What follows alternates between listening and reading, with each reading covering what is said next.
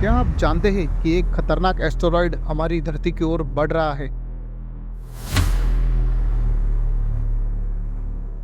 NASA ने हाल ही में एक ऐसा खुलासा किया है जिसे सुनकर आपकी नींद उड़ जाएगी। वेलकम टू टोडी प्रोफेडेक्स। और आज हम आपको बताएंगे उस खतरे के बारे में जो 2038 में हमारी धरती को हिला सकता है। अप्रैल 2024 में नासा ने एक हाई स्ट्राइक एक्सरसाइज किया जिसका नाम था planetary defence intelligence table top exercise. और ये कोई आम एक्सरसाइज नहीं थी। इसमें शामिल थे दुनिया भर के टॉप साइंटिस्ट, मिलिट्री एक्सपर्ट्स और गवर्नमेंट ऑफिशियल्स।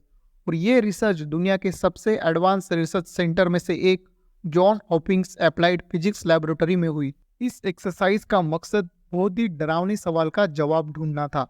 क्या होगा अगर एक विशाल एस्टेरॉयड 72% की संभावना के साथ धरती से टकराने वाला हो, और वो भी सिर्फ 14 साल बाद, यानी 12 जुलाई 2038 को।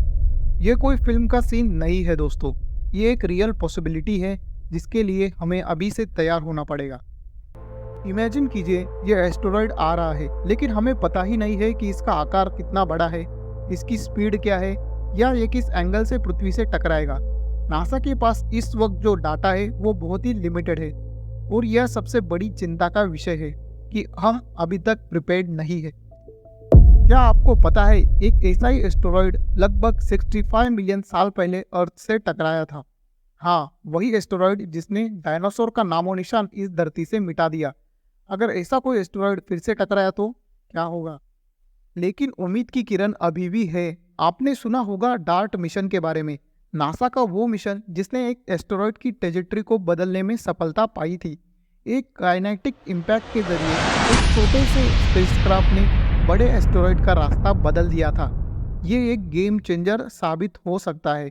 लेकिन क्या सिर्फ ये काफ़ी होगा? नासा ने एक बड़ी पहल की है, नियो सर्वेयर। यह कोई ऑर्डिनरी टेलीस्कोप नहीं है, बल्कि एक स्पेस डिटेक्टिव है।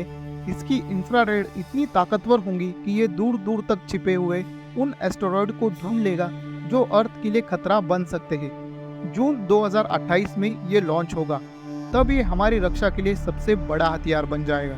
लेकिन दोस्तों, क्या सिर्फ टेक्नोलॉजी ही काफ़ी है? इस एक्सरसाइज ने एक बड़े मुद्दे को उजागर किया है, ग्लोबल कोऑर्डिनेशन की कमी। अगर ये एस्टेरॉयड हमारी ओर बढ़ रहा है तो क्या हम पूरी दुनिया को समय पर अलर्ट कर पाएंगे? क्या हमारे पास इफेक्टिव डिजास्टर मैनेजमेंट स्ट्रेटेजीज है जो इस तरह के खतरे से निपट सकती है? अब आप सोच रहे होंगे कि ये एस्टेरॉयड सच में अर्थ से टकराया तो क्या होगा। वैज्ञानिकों का मानना है इससे पैदा हो सकती है ग्लोबल कैटास्ट्रोफी, सुनामी से लेकर अर्थक्वेक और मैसिव फायर। ये इम्पैक्ट दुनिया को हिलाकर रख सकता है। आइए कुछ हिस्टोरिकल इवेंट्स देख लेते हैं, जैसे तुंगस्का इवेंट और चुलियाबिंग्स मीटरॉयड। इन घटनाओं से हम क्या सीख सकते हैं और क्या हमें इनसे सतर्क रहना चाहिए?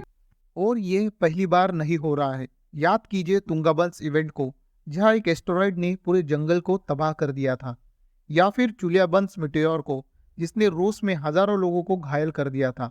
ये घटनाएं हमें याद दिलाती है कि हम कितने वनरेबल हैं। इन इंसिडेंट से हम क्या सीख सकते हैं?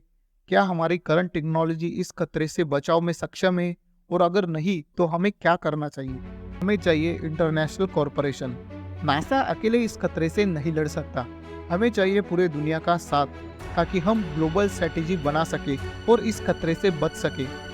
क्या आपने सुना है asteroid impact deflection assessment AIDA mission के बारे में?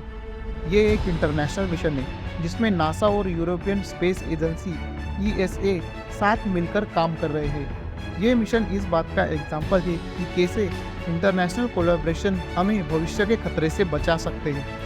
दोस्तों, नियो सर्वेयर का लॉन्च एक बीकम ऑफ होप है, लेकिन हमें इसके इंतजार नहीं करना होगा।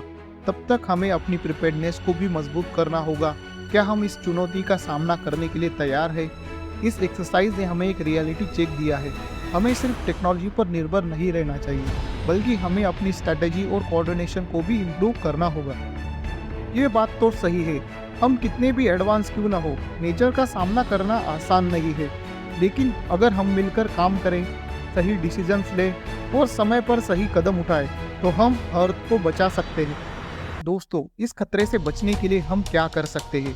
क्या हमें इसके लिए गवर्नमेंट से डिमांड करनी चाहिए कि वो इस मामले पर ध्यान दे, या स्वयं भी सतर्क रहना चाहिए? और इस मुद्दे पर जागरूकता फैलानी चाहिए।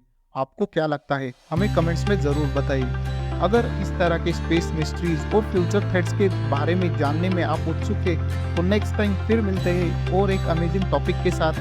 तब तक के लिए stay curious and keep exploring.